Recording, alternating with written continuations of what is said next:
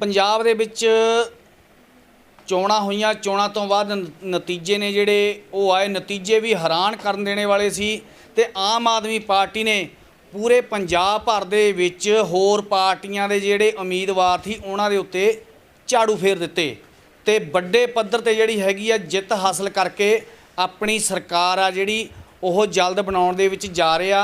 ਮਲੇਰਕੋਟਲਾ ਦੀ ਗੱਲ ਕੀਤੀ ਜਾਵੇ, ਮਲੇਰਕੋਟਲਾ ਇੱਕ ਇਤਿਹਾਸਕ ਸ਼ਹਿਰ ਹੈ ਤੇ ਵੱਖਰੀ ਹੀ ਇੱਥੇ ਦੀ ਪਛਾਣ ਹੈ ਤੇ ਵੱਖਰੀ ਤਰ੍ਹਾਂ ਦਾ ਜਿਹੜਾ ਹੈਗਾ ਇੱਥੇ ਇਲੈਕਸ਼ਨ ਹੁੰਦਾ। ਜੇਕਰ ਗੱਲ ਕੀਤੀ ਜਾਵੇ ਡਾਕਟਰ ਜਮੀਲ ਉਰ ਰਹਿਮਾਨ ਜੀ ਨੇ ਜਿਹੜੇ ਉਹ ਆਮ ਆਦਮੀ ਪਾਰਟੀ ਤੋਂ ਖੜੇ ਸੀ ਤੇ ਜੇਕਰ ਗੱਲ ਕੀਤੀ ਜਾਵੇ ਕਾਂਗਰਸ ਦੀ ਰਜ਼ੀਆ ਸੁਲਤਾਨਾ ਜਿਹੜੀ ਕੈਬਨਿਟ ਮੰਤਰੀ ਵੀ ਸੀ ਤੇ ਉਹਨਾਂ ਦੇ ਜਿਹੜੇ ਪਤੀ ਸੀ ਉਹ ਸਾਬਕਾ ਡੀਜੀਪੀ ਸੀ ਤੇ ਫਰਜ਼ਾਨਾ ਆਲਮ ਸੀ, ਉਹਨਾਂ ਦੇ ਵੀ ਪਤੀ ਜਿਹੜੇ ਹੈਗੇ ਸੀ ਸਾਬਕਾ ਡੀਜੀਪੀ ਸੀ। ਸਾਬਕਾ ਡੀਜੀਪੀਆਂ ਨੂੰ ਹਰਾ ਕੇ ਜਿੱਤ ਵੱਡੇ ਪੱਧਰ ਤੇ ਹਾਸਲ ਕੀਤੀ ਆ। ਲੋਕਾਂ ਨੇ ਵੱਡੇ ਪੱਧਰ ਤੇ ਸਮਰਥਨ ਦਿੱਤਾ। ਗੱਲ ਕਰਾਂਗੇ ਸਾਡੇ ਨਾਲ ਨੇ, ਕੀ ਕਹੋਗੇ ਸਰ, ਕਿੰਨੀ ਕੁ ਲੋਕਾਂ ਦਾ ਧੰਨਵਾਦ ਕਰੋਗੇ ਤੁਸੀਂ? ਆਮ ਆਦਮੀ ਪਾਰਟੀ ਦੇ ਉਮੀਦਵਾਰ ਵਜੋਂ ਮੈਂ ਮਲੇਰਕੋਟਲਾ ਵਿਧਾਨ ਸਭਾ ਹਲਕੇ ਤੋਂ ਚੋਣ ਲੜੀ ਹੈ ਔਰ ਮਲੇਰਕੋਟਲਾ ਹਲਕੇ ਦੇ ਲੋਕਾਂ ਵੱਲੋਂ, ਪਿੰਡਾਂ ਦੇ ਲੋਕਾਂ ਵੱਲੋਂ, ਸ਼ਹਿਰ ਦੇ ਲੋਕਾਂ ਵੱਲੋਂ ਮੈਨੂੰ ਭਰਪੂਰ ਸਹਿਯੋਗ ਮਿਲਿਆ ਹੈ ਔਰ ਹਿੰਦੂ ਵੀਰਾਂ ਨੇ, ਸਿੱਖ ਵੀਰਾਂ ਨੇ, ਦਲਿਤ ਵੀਰਾਂ ਨੇ, ਮੁਸਲਿਮ ਵੀਰਾਂ ਨੇ, ਪਛੜੀਆਂ ਸ਼੍ਰੇਣੀਆਂ ਦੇ ਵੀਰਾਂ ਨੇ ਔਰ ਮੇਰੇ ਈਸਾਈ ਭਾਈਆਂ ਨੇ, ਸਾਰਿਆਂ ਨੇ ਇਕਜੁੱਟਤਾ ਦੇ ਨਾਲ ਹੁਮ ਹੁਮਾ ਕੇ ਵੋਟਾਂ ਮੇਰੇ ਹੱਕ 'ਚ ਪੋਲ ਕੀਤੀਆਂ ਔਰ ਇਹੋ ਕਾਰਨ ਹੈ ਕਿ ਮੈਂ 21,686 ਵੋਟਾਂ ਦੇ ਫਰਕ ਨਾਲ ਜਿੱਤ ਪ੍ਰਾਪਤ ਕੀਤੀ ਹੈ। ਇਸ ਦੇ ਵਿੱਚ ਉੱਪਰ ਵਾਲੇ ਦੀ ਮਿਹਰ ਔਰ ਮਲੇਰਕੋਟਲਾ ਹਲਕੇ ਦੇ ਲੋਕਾਂ ਦਾ ਬਹੁਤ ਵੱਡਾ ਰੋਲ ਹੈ, ਜਿਨ੍ਹਾਂ ਨੇ ਹੁਮ ਹੁਮਾ ਕੇ ਵੋਟਾਂ ਪਾ ਕੇ ਮੈਨੂੰ ਇਹ ਜਿੱਤ ਦਿਲਾਈ ਹੈ। ਮੈਂ ਆਪਣੇ ਹਲਕੇ ਦੇ ਸਾਰੇ ਲੋਕਾਂ ਦਾ, ਸਾਰੇ ਧਰਮਾਂ ਨਾਲ ਸੰਬੰਧਿਤ ਲੋਕਾਂ ਦਾ ਦਿਲ ਦੀਆਂ ਡੂੰਘਾਈਆਂ ਤੋਂ ਸ਼ੁਕਰਗੁਜ਼ਾਰ ਹਾਂ ਕਿ ਜਿਨ੍ਹਾਂ ਨੇ ਮੇਰੇ 'ਤੇ ਵਿਸ਼ਵਾਸ ਜਤਾਇਆ ਹੈ ਔਰ ਮੈਨੂੰ ਇੰਨੀ ਭਾਰੀ ਲੀਡ ਨਾਲ ਜਿੱਤ ਦਿਲਾਈ ਹੈ। 2 ਡੀਜੀਪੀ ਦੀਆਂ ਪਤਨੀਆਂ ਸੀ ਜਿਹੜੀਆਂ ਚੋਣ ਮੈਦਾਨ ਦੇ ਵਿੱਚ ਸੀ, ਕਿਸ ਤਰ੍ਹਾਂ ਲੱਗ ਰਿਹਾ ਸੀ ਜਦੋਂ ਇਲੈਕਸ਼ਨ ਲੜ ਰਹੇ ਸੀ? ਇਲੈਕਸ਼ਨ ਦੀ ਜਦੋਂ ਸ਼ੁਰੂਆਤ ਹੋਈ, ਸ਼ੁਰੂਆਤ ਤੋਂ ਹੀ ਮੇਰੇ ਦਿਮਾਗ ਤੇ ਦਿਲ 'ਚ ਬਹੁਤ ਸਕੂਨ ਸੀ। ਕੋਈ ਕਿਸੇ ਕਿਸਮ ਦੀ ਘਬਰਾਹਟ ਜਾਂ ਕੋਈ ਇੱਦਾਂ ਦਾ ਕੋਈ ਖਿਆਲ ਤੱਕ ਵੀ ਨਹੀਂ ਮੇਰੇ ਜ਼ਿਹਨ 'ਚ ਇੱਕ ਵਾਰ ਵੀ ਗੁਜ਼ਰਿਆ ਕਿ ਮੈਂ ਇਹ ਇਲੈਕਸ਼ਨ ਨਹੀਂ ਜਿੱਤਾਂਗਾ। ਅਤੇ ਇੱਕ ਪਾਸੇ ਰਜ਼ੀਆ ਸੁਲਤਾਨਾ ਜੋ 3 ਵਾਰ ਵਿਧਾਇਕ ਰਹੇ ਨੇ ਔਰ ਕੈਬਨਿਟ ਮੰਤਰੀ ਸੀਗੇ, ਉਹਨਾਂ ਦੇ ਪਤੀ ਹੁਣੇ ਡੀਜੀਪੀ ਰਿਟਾਇਰ ਹੋਏ ਨੇ ਔਰ ਦੂਸਰੇ ਪਾਸੇ ਮੈਡਮ ਫਰਜ਼ਾਨਾ ਆਲਮ ਜਿਹੜੇ ਕਿ ਖੁਦ ਵਿਧਾਇਕਾ ਰਹੇ ਨੇ, ਉਹਨਾਂ ਦੇ ਪਤੀ ਮਰਹੂਮ ਇਜ਼ਹਾਰ ਆਲਮ ਸਾਹਿਬ ਉਹ ਵੀ ਡੀਜੀਪੀ ਰਿਟਾਇਰ ਹੋਏ ਸੀ ਔਰ ਤੀਸਰੇ ਕੈਂਡੀਡੇਟ ਨੁਸਰਤ ਇਕਰਾਮ ਖਾਂ ਬੱਗਾ ਜੀ, ਉਹ ਵੀ ਕੈਬਨਿਟ ਮੰਤਰੀ ਰਹੇ ਨੇ 5 ਸਾਲ। ਅਤੇ ਚੌਥਾ ਮੈਂ ਇੱਕ ਨਿਮਾਣਾ ਜਿਹਾ ਕੈਂਡੀਡੇਟ ਸੀਗਾ। ਸਾਡੇ ਦਰਮਿਆਨ ਇਹ ਮੁਕਾਬਲਾ ਹੋਇਆ ਔਰ ਉੱਪਰ ਵਾਲੇ ਦੀ ਕਿਰਪਾ ਨਾਲ ਔਰ ਲੋਕਾਂ ਦੇ ਭਰਪੂਰ ਸਹਿਯੋਗ ਨਾਲ ਇਹ ਸੀਟ ਭਾਰੀ ਮਾਰਜਨ ਨਾਲ ਮੈਂ ਜਿੱਤਿਆ। ਪਿੰਡਾਂ ਦੇ ਸ਼ਹਿਰਾਂ ਦੇ ਵਿੱਚ ਜਾਂਦੇ ਸੀ ਤੁਸੀਂ, ਕੈਬਨਿਟ ਮੰਤਰੀ ਸੀ ਤੇ ਜਿਹੜੇ ਸਾਬਕਾ ਡੀਜੀਪੀ ਸੀ ਉਹਨਾਂ ਦੇ ਵੀ ਕਾਫੀ ਜ਼ਿਆਦਾ ਚਰਚੇ ਜਿਹੜੇ ਹੋ ਰਹੇ ਸੀ। ਕਿਸ ਤਰ੍ਹਾਂ ਦੇ ਲੋਕ ਕੀ ਮਹਿਸੂਸ ਕਰਦੇ ਸੀ? ਕੀ ਵਿੱਚ ਆਜ਼ਾਦੀ ਦੀ ਗੱਲਾਂ ਬਾਤਾਂ ਕੀਤੀਆਂ ਜਾ ਰਹੀਆਂ ਸੀ? ਅਜਿਹਾ ਕੀ ਕਰਦੇ ਸੀ ਉਹ, ਕੀ ਕਹਿੰਦੇ ਸੀ ਜਾਂ ਉਹਨਾਂ ਦੀ ਪਤਨੀ ਕੀ ਕਹਿੰਦੀ ਸੀ ਜੀ? ਐਕਚੁਅਲੀ ਉਹਨਾਂ ਨੇ ਪਿਛਲੇ 20 ਸਾਲ ਤੋਂ ਨਫ਼ਰਤ ਦੀ ਰਾਜਨੀਤੀ ਕੀਤੀ, ਮਲੇਰਕੋਟਲੇ ਦੇ ਆਪਸੀ ਭਾਈਚਾਰੇ ਨੂੰ ਤੋੜਨ ਦੀ ਕੋਸ਼ਿਸ਼ ਕੀਤੀ, ਹਿੰਦੂ, ਮੁਸਲਿਮ, ਸਿੱਖ, ਈਸਾਈ, ਦਲਿਤ, ਪਛੜੀਆਂ ਸ਼੍ਰੇਣੀਆਂ ਦੇ ਲੋਕਾਂ ਵਿੱਚ ਦਰਾੜ ਪੈਦਾ ਕਰਨ ਦੀ ਕੋਸ਼ਿਸ਼ਾਂ ਕੀਤੀਆਂ। ਮਲੇਰਕੋਟਲੇ ਦੇ ਆਪਸੀ ਭਾਈਚਾਰੇ ਨੂੰ ਤੋੜਨ ਦੀਆਂ ਕੋਸ਼ਿਸ਼ਾਂ ਹੋਈਆਂ, ਮਲੇਰਕੋਟਲੇ ਦੇ ਅਮਨ ਔਰ ਸ਼ਾਂਤੀ ਭਰੇ ਮਾਹੌਲ ਨੂੰ ਖਰਾਬ ਕਰਨ ਦੀਆਂ ਕੋਸ਼ਿਸ਼ਾਂ ਹੋਈਆਂ ਔਰ ਡੀਜੀਪੀ ਰਿਟਾਇਰਡ ਮੁਹੰਮਦ ਮੁਸਤਫਾ ਨੇ ਸਾਡੇ ਇੱਕ ਜਲਸੇ ਦੇ ਮੌਕੇ 'ਤੇ ਵਾਰਨਿੰਗ ਦਿੱਤੀ ਔਰ ਇੱਥੋਂ ਤੱਕ ਕਹਿਤਾ ਕਿ ਮੈਂ ਮਲੇਰਕੋਟਲਾ ਦੇ ਹਾਲਾਤ ਇੰਨੇ ਖਰਾਬ ਕਰ ਦਿਆਂਗਾ ਕਿ ਐਡਮਿਨਿਸਟ੍ਰੇਸ਼ਨ ਤੋਂ ਵੀ ਸਾਂਭੇ ਨਹੀਂ ਜਾਣੇ। ਅਤੇ ਉਸ 'ਤੇ ਪਰਚਾ ਵੀ ਅਸੀਂ ਦਰਜ ਕਰਾਇਆ ਉਹਨਾਂ 'ਤੇ। ਅਤੇ ਇੱਦਾਂ ਦੇ ਹਾਲਾਤ ਪਿਛਲੇ 20 ਸਾਲ ਤੋਂ ਬਣੇ ਹੋਏ ਸੀ ਕਿ ਲੋਕਾਂ ਨੂੰ ਡਰਾ ਧਮਕਾ ਕੇ, ਝੂਠੇ ਪਰਚੇ ਦਰਜ ਕਰਾਉਣ ਦਾ ਡਰਾਵਾ ਦੇ ਕੇ ਆਪਣੀ ਪਤਨੀ ਦੇ ਹੱਕ 'ਚ ਵੋਟਾਂ ਪਾਉਣ ਲਈ ਮਜਬੂਰ ਕਰਦੇ ਸੀ ਔਰ ਇਸ ਵਾਰ ਵੀ ਉਹਨਾਂ ਨੇ ਇੱਦਾਂ ਦੇ ਹਥਕੰਡੇ ਵਰਤਣ ਦੀ ਕੋਸ਼ਿਸ਼ ਕੀਤੀ, ਪਰ ਅਸੀਂ ਡਟ ਕੇ ਲੋਕਾਂ ਦੇ ਵਿੱਚ ਬੇਦਾਰੀ ਲਿਆਂਦੀ, ਲੋਕਾਂ ਨੂੰ ਜਾਗਰੂਕ ਕੀਤਾ, ਲੋਕਾਂ ਨੂੰ ਅਸੀਂ ਡਰ ਔਰ ਖੌਫ ਦੇ ਮਾਹੌਲ 'ਚੋਂ ਕੱਢਣ ਲਈ ਅਸੀਂ ਉਪਰਾਲੇ ਕੀਤੇ। ਔਰ ਮਲੇਰਕੋਟਲਾ ਸਾਡੇ ਹਲਕੇ ਦੇ ਵਿੱਚ, ਸ਼ਹਿਰ ਦੇ ਵਿੱਚ ਨਗਰ ਕੌਂਸਲ ਦੇ ਸਾਬਕਾ 7 ਪ੍ਰਧਾਨ ਵੱਖ-ਵੱਖ ਪਾਰਟੀਆਂ ਛੱਡ ਕੇ ਆਮ ਆਦਮੀ ਪਾਰਟੀ ਵੀ ਦੇ ਕਾਫਲੇ ਵਿੱਚ ਸ਼ਾਮਿਲ ਹੋਏ। ਅਸੀਂ ਸਾਰਿਆਂ ਨੇ ਰਲ ਕੇ, ਕਈ ਕੌਂਸਲਰ, ਮੌਜੂਦਾ ਕੌਂਸਲਰ ਸ਼ਾਮਿਲ ਹੋਏ ਤੇ ਦਿਨ ਬ ਦਿਨ ਸਾਡਾ ਕਾਫਲਾ ਜਿਹੜਾ ਹੈ ਉਹ ਵੱਧਦਾ ਹੀ ਗਿਆ ਹੈ।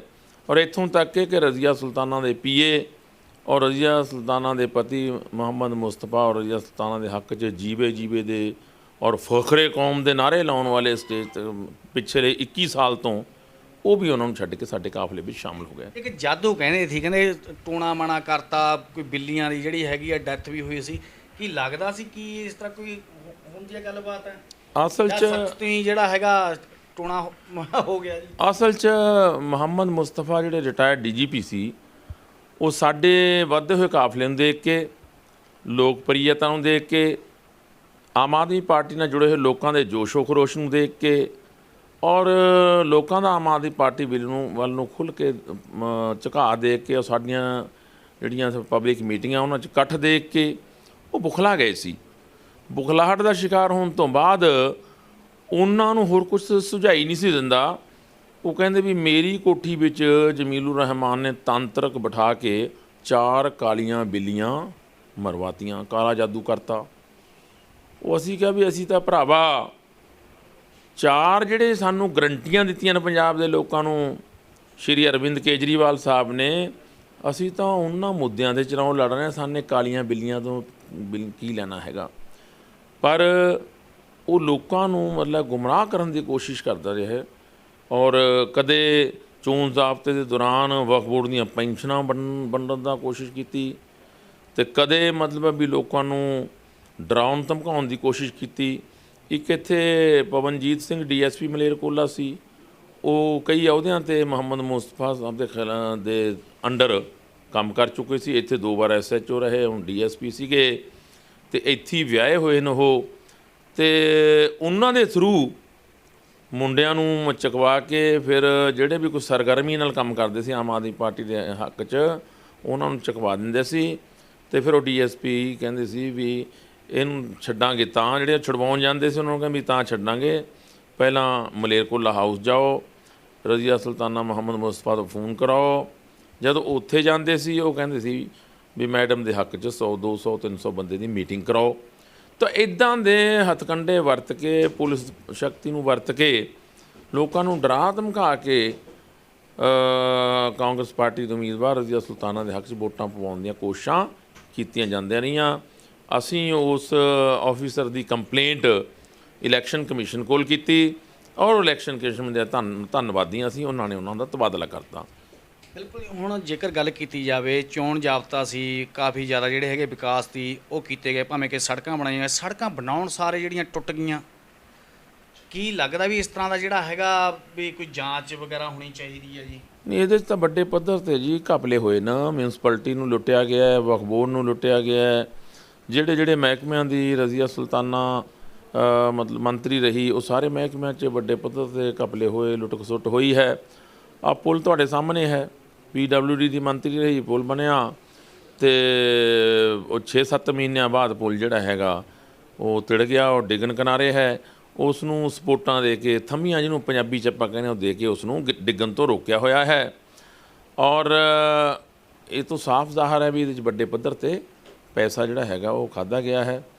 ਔਰ ਇਸੇ ਤਰ੍ਹਾਂ ਹੀ ਰਾਜਾ ਵੜਿੰਗ ਜਿਹੜੇ ਹੁਣ ਮੰਤਰੀ ਦੇ ਟਰਾਂਸਪੋਰਟ ਦੇ, ਉਹਨਾਂ ਦੀ ਸਟੇਟਮੈਂਟਾਂ ਆਉਂਦੀਆਂ ਰਹੀਆਂ ਵੀ ਸਾਨੂੰ ਡੇਲੀ ਟਰਾਂਸਪੋਰਟ ਮਹਿਕਮੇ 'ਚੋਂ 1 ਕਰੋੜ ਰੁਪਈਆ ਬਚਦਾ। ਅਤੇ ਜਿੰਨੀ ਦੇਰ ਇਹ ਮੰਤਰੀ ਰਹੇ ਰਜ਼ੀਆ ਸੁਲਤਾਨਾ, ਇਹ ਕਹਿੰਦੇ ਰਹੇ ਵੀ ਮਹਿਕਮਾ ਘਾਟੇ 'ਚ ਜਾਂਦਾ। ਇਹਦਾ ਮਤਲਬ ਹੈ ਵੀ 1 ਕਰੋੜ ਰੁਪਇਆ ਉਦੋਂ ਵੀ ਬਚਦਾ ਸੀ, ਲੇਕਿਨ 1 ਕਰੋੜ ਰੁਪਇਆ ਸਰਕਾਰੀ ਖਜ਼ਾਨੇ 'ਚ ਜਮ੍ਹਾਂ ਕਰਾਉਣ ਦੀ ਬਜਾਏ ਘਰ ਨੂੰ ਆਉਂਦਾ ਸੀ। ਇੱਕ ਹੁਣ ਜਿਹੜੇ ਅਧਿਕਾਰੀ ਨੇ, ਮੁਲਾਜ਼ਮ ਨੇ, ਕਈ ਸਮੇਂ ਸਿਰ ਨਹੀਂ ਆਉਂਦੇ ਹੈਗੇ, ਕਈ ਦਿਨ ਨਹੀਂ ਆਉਂਦੇ ਹੈਗੇ, ਗੇੜੇ ਲੱਗਦੇ ਨੇ, ਥੱਕ ਜਾਂਦੇ ਨੇ ਲੋਕ, ਫਿਰ ਰਿਸ਼ਵਤਾਂ ਦੇਣੀਆਂ ਪੈਂਦੀਆਂ ਨੇ। ਕੀ ਕਹੋਗੇ ਉਹ ਮੁਲਾਜ਼ਮਾਂ ਨੂੰ, ਅਧਿਕਾਰੀਆਂ ਨੂੰ, ਅਤੇ ਖਾਸ ਕਰਕੇ ਸਰਕਾਰੀ ਹਸਪਤਾਲ ਦੇ ਜਿਹੜੇ ਹੈਗੇ ਸਟਾਫ, ਉਹਨਾਂ ਨੂੰ ਕੀ ਕਹੋਗੇ? ਸਰਕਾਰੀ ਹਸਪਤਾਲ ਦਾ ਸਟਾਫ ਹੋਵੇ, ਡਾਕਟਰਸ ਹੋਣ ਜਾਂ ਦੂਸਰੇ ਮਹਿਕਮਿਆਂ ਦੇ ਆਪਣੇ ਮਾਰਕੀਟ ਕਮੇਟੀ ਦੇ ਮੁਲਾਜ਼ਮ ਹੋਣ ਜਾਂ ਦੂਜੇ ਸਰਕਾਰੀ ਮਹਿਕਮਿਆਂ ਦੇ ਮੁਲਾਜ਼ਮ ਹੋਣ, ਉਹਨਾਂ ਸਾਰਿਆਂ ਨੂੰ ਅਸੀਂ ਇਹੋ ਗੱਲ ਕਹਾਂਗੇ ਕਿ ਉਹ ਲੈਣ ਦੇਣ ਵਾਲਾ, ਕਰਪਸ਼ਨ ਵਾਲਾ, ਬੇਈਮਾਨੀ ਵਾਲਾ ਦੌਰ ਖਤਮ ਹੋ ਗਿਆ। ਲੋਕਾਂ ਨੂੰ ਦਾ ਸ਼ੋਸ਼ਣ ਕਰਨ ਵਾਲਾ ਦੌਰ ਖਤਮ ਹੋ ਗਿਆ ਔਰ ਮਲੇਰਕੋਟਲਾ ਹਾਊਸ 'ਚ ਮੰਥਲੀ ਪੈਸੇ ਭੇਜਣ ਵਾਲਾ ਦੌਰ ਖਤਮ ਹੋ ਗਿਆ। ਔਰ ਹੁਣ ਮਤਲਬ ਹੈ ਵੀ ਆਪਣੀ ਪੂਰੀ ਤਨਦੇਹੀ ਨਾਲ, ਇਮਾਨਦਾਰੀ ਨਾਲ, ਇਕਸੁਰਤਾ ਨਾਲ, ਪਾਬੰਦੀ ਨਾਲ ਹਰ ਮਹਿਕਮੇ ਦੇ ਮੁਲਾਜ਼ਮਾਂ ਨੂੰ, ਅਫਸਰਾਂ ਨੂੰ ਆਪਣੀ ਡਿਊਟੀ ਕਰਨੀ ਹੋਏਗੀ ਔਰ ਇਮਾਨਦਾਰੀ ਨਾਲ ਕਰਨੀ ਹੋਏਗੀ, ਲੋਕਾਂ ਦੀ ਸੇਵਾ ਭਾਵਨਾ ਨਾਲ ਕਰਨੀ ਹੋਏਗੀ। ਤਾਂ ਹੀ ਮਤਲਬ ਵੀ ਮਲੇਰਕੋਟਲੇ ਵਿੱਚ ਅਸੀਂ ਉਹਨਾਂ ਤੋਂ ਸੇਵਾਵਾਂ ਲਵਾਂਗੇ, ਨਹੀਂ ਅਸੀਂ ਬਦਲ ਕੇ ਦੂਸਰੇ ਆਫਿਸਰ ਤਾਇਨਾਤ ਕਰਾਵਾਂਗੇ। ਕੀ ਹੈ ਅਜਿਹੀਆਂ ਮਲੇਰਕੋਟਲੇ ਦੇ ਵਿੱਚ ਜਿਹੜੀਆਂ ਕੰਮ ਹੋਣ ਵਾਲੇ ਨੇ ਲੋਕਾਂ ਦੇ ਲਈ, ਕੀ ਇਹ ਇਸ ਤਰ੍ਹਾਂ ਦਾ ਹੋਣ ਜਾ ਰਿਹਾ ਜੀ? ਮਲੇਰਕੋਟਲਾ ਤੁਸੀਂ ਦੇਖੋ ਵੀ ਮਲੇਰਕੋਟਲੇ ਦੀ ਕੋਈ ਡਿਵੈਲਪਮੈਂਟ ਨਹੀਂ ਹੋਈ, ਇਨਫਰਾਸਟ੍ਰਕਚਰ ਦਾ ਜਨਾਜ਼ਾ ਨਿਕਲਿਆ ਪਿਆ, ਸੜਕਾਂ ਟੁੱਟੀਆਂ ਫੁੱਟੀਆਂ ਪਈਆਂ ਨੇ, ਰੇਗਿਸਤਾਨ ਬਣਿਆ ਪਿਆ, ਕਿਉਂਕਿ ਕੋਈ ਪਲੈਨਿੰਗ ਨਾਲ ਕੰਮ ਨਹੀਂ ਹੋਇਆ। ਪੈਸਾ 444 ਕਰੋੜ ਲੈ ਕੇ ਆਉਣ ਦੀਆਂ ਗੱਲਾਂ ਤਾਂ ਬਹੁਤ ਸਟੇਜਾਂ 'ਤੇ ਹੋਈਆਂ ਨੇ, ਪਰ ਉੱਥੋਂ ਸਵਾਲ ਇਹ ਖੜੇ ਹੋ ਜਾਂਦੇ ਨੇ ਵੀ ਉਹ ਪੈਸਾ ਗਿਆ ਆਖਰ ਕਿਤੇ। ਅਤੇ ਹੁਣ ਸਰਕਾਰ ਬਣੇਗੀ, ਗਠਨ ਹੋਏਗਾ ਅਤੇ ਉਸ ਤੋਂ ਬਾਅਦ ਫਾਈਲਾਂ ਦੇਖਾਂਗੇ ਵੀ ਇਹ ਪੈਸਾ ਕਿੱਧਰ ਗਿਆ, ਕਿੰਨਾ ਆਇਆ ਅਤੇ ਕਿੰਨਾ ਖਰਚ ਹੋਇਆ ਅਤੇ ਬਾਕੀ ਪੈਸਾ ਕਿੱਥੇ ਗਿਆ। ਅਧਿਕਾਰੀਆਂ ਮੁਲਾਜ਼ਮਾਂ ਤੇ ਵੀ ਗਾਜ ਡਿੱਗ ਸਕਦੀ? ਹਾਂ ਬਿਲਕੁਲ ਬਿਲਕੁਲ, ਜਿਨ੍ਹਾਂ ਨੇ ਨਾਲ ਮਿਲ ਕੇ ਇਹਦੇ 'ਚ ਘਪਲਾ ਕੀਤਾ ਹੋਣਾ, ਉਹ ਮਤਲਬ ਘਪਲਾ ਕਰਨ ਦੇ ਦੋਸ਼ੀ ਪਾਏ ਗਏ ਤਾਂ ਸਾਰਿਆਂ ਖਿਲਾਫ ਕਾਰਵਾਈ ਹੋਏਗੀ। ਬਿਲਕੁਲ ਜੀ, ਇਹ ਸੀ MLA ਡਾਕਟਰ ਜਮੀਲੁਰ ਰਹਿਮਾਨ ਜੀ, ਜਿਨ੍ਹਾਂ ਨੇ ਸਖਤ ਚੇਤਾਵਨੀ ਦਿੱਤੀ ਆ ਅਧਿਕਾਰੀਆਂ ਮੁਲਾਜ਼ਮਾਂ ਨੂੰ ਦਿੱਤੀ ਆ ਕਿ ਜਿਹੜਾ ਹੁਣ ਪਹਿਲਾਂ ਲੇਟ ਆਉਂਦੇ ਸੀ ਜਾਂ ਕਈ ਦਿਨ ਨਹੀਂ ਆਉਂਦੇ ਸੀ ਤਾਂ ਸੁਧਰ ਜਾਓ, ਨਹੀਂ ਆਉਣ ਵਾਲੇ ਸਮੇਂ ਦੇ ਵਿੱਚ ਆਮ ਆਦਮੀ ਦੀ ਪਾਰਟੀ ਦੀ ਜਿਹੜੀ ਸਰਕਾਰ ਆ ਉਹਨਾਂ 'ਤੇ ਸਕੰਜਾ ਕੱਸੇਗੀ ਅਤੇ ਸਖਤ ਤੋਂ ਸਖਤ ਕਾਰਵਾਈ ਕੀਤੀ ਜਾਵੇਗੀ ਅਤੇ ਜੋ ਵਿਕਾਸ ਕਾਰਜਾਂ ਦੇ ਵਿੱਚ ਵੱਡੇ ਪੱਧਰ 'ਤੇ ਘਪਲੇਬਾਜ਼ੀ ਹੋਈ ਆ ਉਸ ਦੀ ਵੀ ਜਿਹੜੀ ਜਾਂਚ ਕੀਤੀ ਜਾਊਗੀ ਅਤੇ ਅਧਿਕਾਰੀ ਜੇ ਕੋਈ ਮੁਲਾਜ਼ਮ ਹੈ ਉਹਨੂੰ ਵੀ ਬਖਸ਼ਿਆ ਨਹੀਂ ਜਾਵੇਗਾ। ਮਲੇਰਕੋਟਲਾ ਤੋਂ ਕੈਮਰਾਮੈਨ ਸਮੀਰ ਤੂਰ ਨਾਲ ਜਮੀਲ ਖੇੜੀਵਾਲਾ। P5 ਚੈਨਲ ਪੰਜਾਬੀ ਹੁਣੇ ਸਬਸਕ੍ਰਾਈਬ ਕਰੋ, ਬੈਲ ਆਈਕਨ ਤੇ ਕਲਿੱਕ ਕਰੋ। ਕੀ ਹੁੰਦੀ ਹੈ ਜਮ੍ਹਾਂਬੰਦੀ, ਕਿਵੇਂ ਬਣਦੀ ਹੈ ਵਸੀਅਤ, ਜ਼ਮੀਨ ਜਾਇਦਾਦ ਦੇ ਹਰ ਮਸਲੇ ਤੇ ਕਰਾਂਗੇ ਚਰਚਾ। ਦੇਖਣਾ ਨਾ ਭੁੱਲਣਾ ਸਾਡਾ ਖਾਸ ਪ੍ਰੋਗਰਾਮ naibtehsildar.com ਕਾਨੂੰਨ ਜਾਇਦਾਦ ਦਾ।